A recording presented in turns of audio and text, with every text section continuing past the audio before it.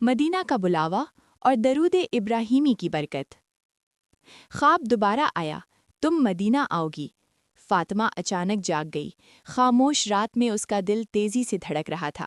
कमरा अंधेरे में था, उसका खानदान सो रहा था, मगर उसकी आंखों से नींद उड़ चुकी थी। ये ख्वाब कई रातों से बार बार आ रहा था, हर बार वही एहसास, वही पुकार।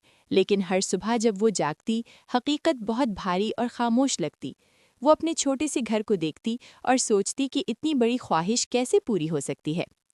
फातिमा एक सादा जिंदगी गुजार रही थी, अपने शोहर और बच्चों के साथ। उसका शोहर बहुत मेहनत करता था, मगर आमदन सिर्फ बुनियादी ज़रूरियात के लिए काफ़ी थी। उम्रा जैसा सफ़र उनके लिए नामुमकिन लगता था।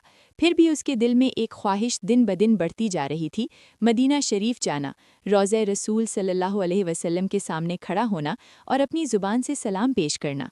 लेकिन इस ख्वाहिश के साथ एक और दर्द भी था जो वो दिल में छुपाए हुए थी। उसकी शादीशुदा बेटी को शादी के 5 साल बाद भी औलाद की नेमत नहीं मिली थी। फातिमा अपनी बेटी की खामोश तकलीफ को देखती और बेबस हो जाती। वो बार बार एक दिन फातिमा अपने शहर के पुराने बाजार गई। गलियां तंग थीं और फिजा में पुरानी मिट्टी की खुशबू थी। वो एक छोटी सी कदीम मस्जिद के पास से गुजरी तो उसने एक बुजुर्ग को बैठा देखा। उनके चेहरे पर अजीब सा सुकून था। बगैर किसी वजह के फातिमा वहां रुक गई और उनके पास बैठ गई। चंद लम्हों बाद बुजुर्ग ने उसकी तरफ देखा और कहा, तुम मदीना का इंतज़ार कर रही हो और अपनी बेटी के लिए परेशान हो?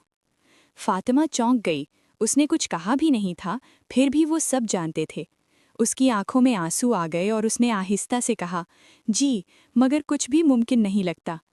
बुजुर्ग मुस्कुराए और बोले, जब अल्लाह किसी को बुलाना चाहता है तो कोई हालात रुकावट नहीं बनती, लेकिन तुम्हें अपनी नीयत जाहिर करनी होगी और भरोसा रखना होगा। फातिमा गौर से सुनने लगी। फिर उन्होंने कहा, बाजार से कोई भी नई छोटी चीज़ खरीद लो, दुपट्टा, तस्बीह या गिलास। इसे संभाल कर रखो और कहो, ये सामान मदीना है, जब मैं मदीना जाऊंगी तो इसे वहाँ इस्तेमाल करूंगी। और रोज़ाना 313 बार दरूद इब्राहीमी पढ़ना शुरू करो। फातिमा के दिल में अजीब सा सुकून आ गया। ये बात सादा थी मगर दिल को लग गई। इसी दिन उसने एक सफ़ेद तस्बीह खरीदी। उसे सीने से लगाकर उसने कहा, ये मदीना के लिए है, मैं इसे वहाँ लेकर जाऊंगी। उसी रात उसने अपना वजीफ़ा शुरू किया। हर सुबह फजर के बाद और हर रात सोने से पहले वो 313 बार दरूद इब्राहीमी पढ़ती। कभी आसान लगता, कभी मुश्किल, कभी थकन होती, मगर वो रुकी नहीं। चाहे कुछ बदलता नजर ना आता, वो सब्र के साथ जारी रही। आहिस्ता आहिस्ता उसका दिल पुरसुकून होने लगा और अल्लाह पर उसका भरोसा बढ़ने लगा। दिन हफ्तों में बदल गए और एक शाम अचानक कुछ हुआ। उसका शौहर घर आया और हैरत से बोला, मुझे समझ नहीं आ रहा कैसे, मगर हमें उम्रा पर जाने का मौका मिला है पूरे खानदान के साथ। फातिमा साकित रह गई। उसकी आंखों से आंसू बहने लगे, उसके हाथ कांप रहे थे। उसे समझ आ गया, उसे बुलावा आ गया है। फातिमा अपने शौहर और बच्चों के साथ मदीना शरीफ पहुंची। उसका दिल अजीब कैफियत में था। जैसे ही उसकी नज़र मस्जिद नबवी पर पड़ी, आंसू बेकाबू होकर बहने लगे। हर कदम पर वो दुरूद पढ़ रही थी। वही तस्बीह उसके हाथ में थी जो उसने सामाने मदीना के तौर पर रखी थी। आखिरकार वो रोज़े रसूल सल्लल्लाहु अलैहि वसल्लम के सामने खड़ी हो गई। उसके हाथ उठे हुए थे, आवाज़ कांप रही थी और दिल मुकम्मल तौर पर खुला हुआ था।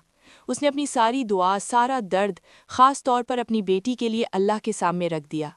इसी लम्हे उसके दिल में गहरा सकून उतर गया, ऐसा सकून जैसे जवाब मिल गया हो।